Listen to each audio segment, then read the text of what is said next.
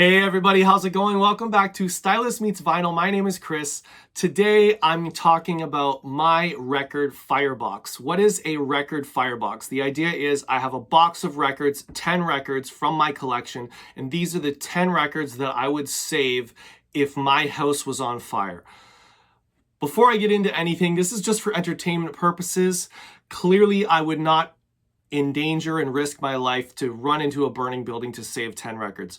I would focus on my family, myself, get out of the house, let the firefighters do their job. But this is just for fun. So I've got my box here, my Firebox, 10 records that I would save in case of a fire. Now, this is a mix of records. I combed through my collection. I've got a lot of records that really mean a lot to me. Some great music, some great sounding records, some gifts, some really good finds that I've had. And I combed through that, picked out 10. These are a mix of kind of like some of my most valuable records that I would really want to save, some really hard to find records that I want to save, some sentimental records that mean a lot to me. They're not necessarily hard to find or easy, or they might be easy to replace, but the sentimentality in that album would be difficult to replace, so I would want to save it. So let's jump into it here with record number one. This is in no particular order, just the way that I'm pulling them out. But record number one, we've got Abbey Road. This is my mother's copy of Abbey Road. Fans of my channel will know that my mother, when she was a young woman, was a very big fan of the Beatles. You can see kind of back here, this is the Beatles little shrine that I did a video about, and I've got a lot of those framed now. I have a bunch of original Beatles records from my mother's old collection, and I would love to save all of them, but this is my favorite Beatles album.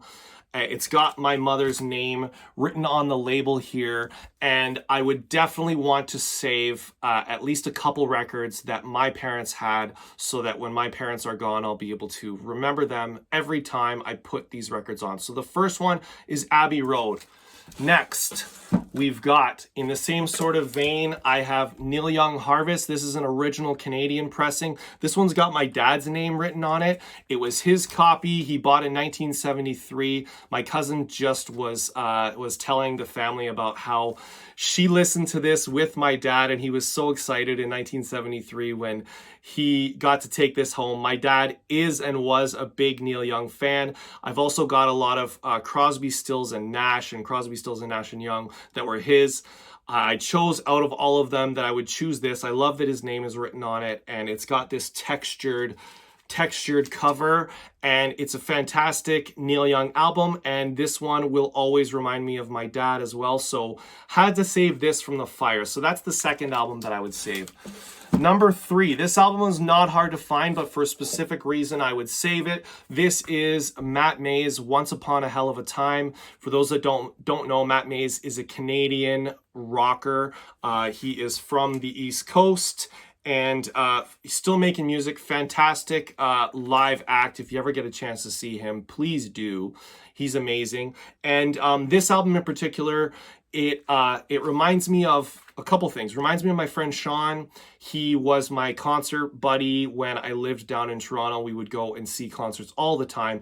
And we went to the record launch for this record at the Dakota Tavern in Toronto. And we met Matt, which we'd met him before, but we met Matt. Got the record signed right here, lovely inner gatefold, and we got to have a good conversation with him, share a drink with him, and now we kind of, in a joking way, Sean and I, whenever we refer to Matt Mays, we call him our close personal friend, Matt Mays. So definitely want to save this for the memories and just the sentimentality of that one. Okay, the next one that I'm saving, I showed this in my last video, and if you saw that one, you'll know why I'm saving this one. This is my Bob Dylan debut album with the sticker here, A New Star on Columbia Records. This is a promo copy. Written there is a demonstration copy, not for sale. and also the stamp demonstration not for sale. I was mentioning in my last video that the Discogs median value for this is $815. This is a very expensive record. It's not my favorite Bob Dylan album, and for that reason I would save it, and actually kind of to be strategic, I would save it and then I would probably sell it for like $800 or $900, and I would use that money to replace as many records from my collection as I could, which I think is a pretty decent strategy. So this one would definitely get saved for that reason. The next one that I'm saving is, this is Joanie Mitchell Blue. This is an original US pressing from 1971. This was a gift from my sister and brother-in-law Robbie, my sister Heather and brother-in-law Robbie.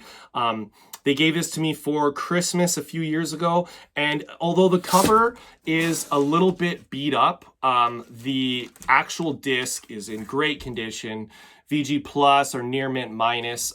It's a fantastic album, such a iconic Canadian album from an iconic Canadian artist, and I would, for that reason, want to save this for the sentimentality of it and the kind of iconic value to this album. So I would save Joanie Mitchell Blue.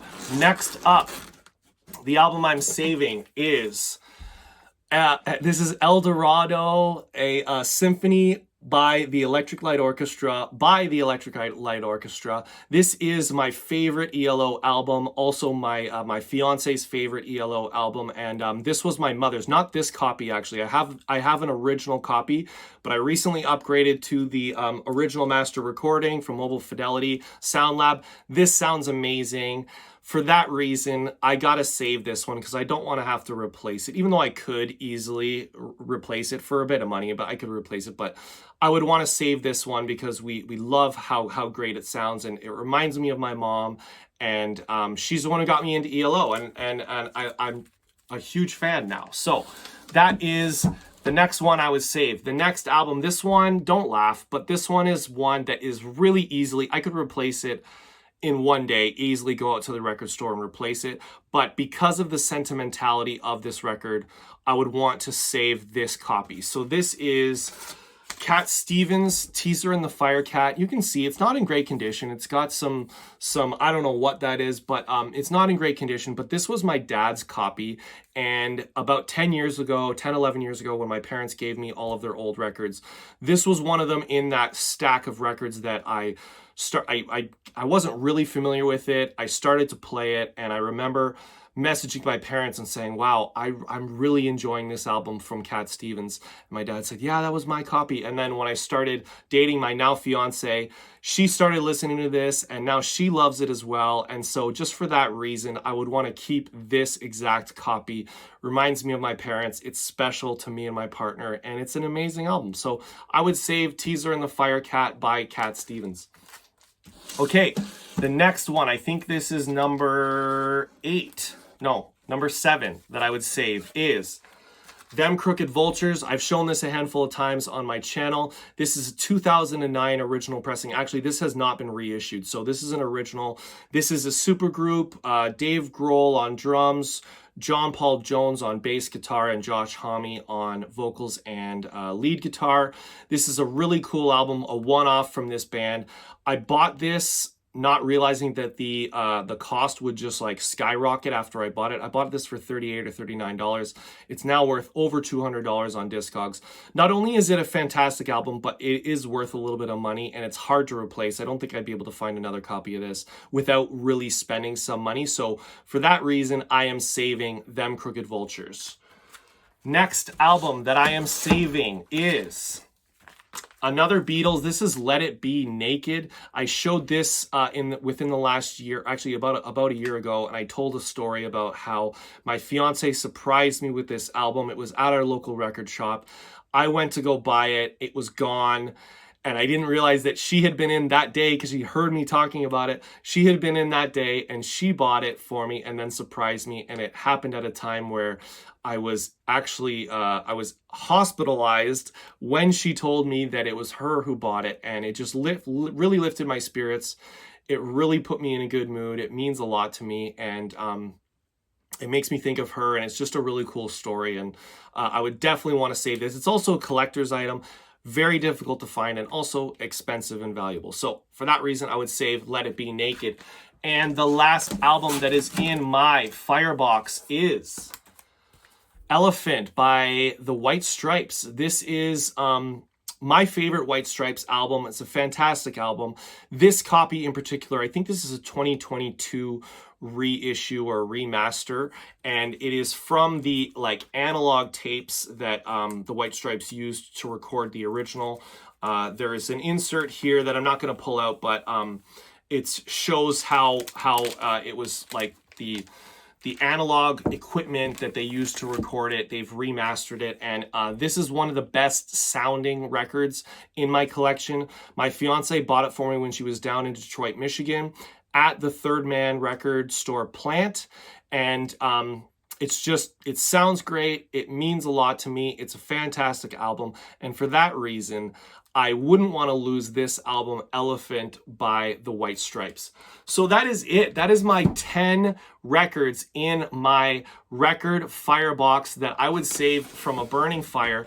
Let me know what you guys think in the comments about my record box. Let me know what records would be in your record box if you had one.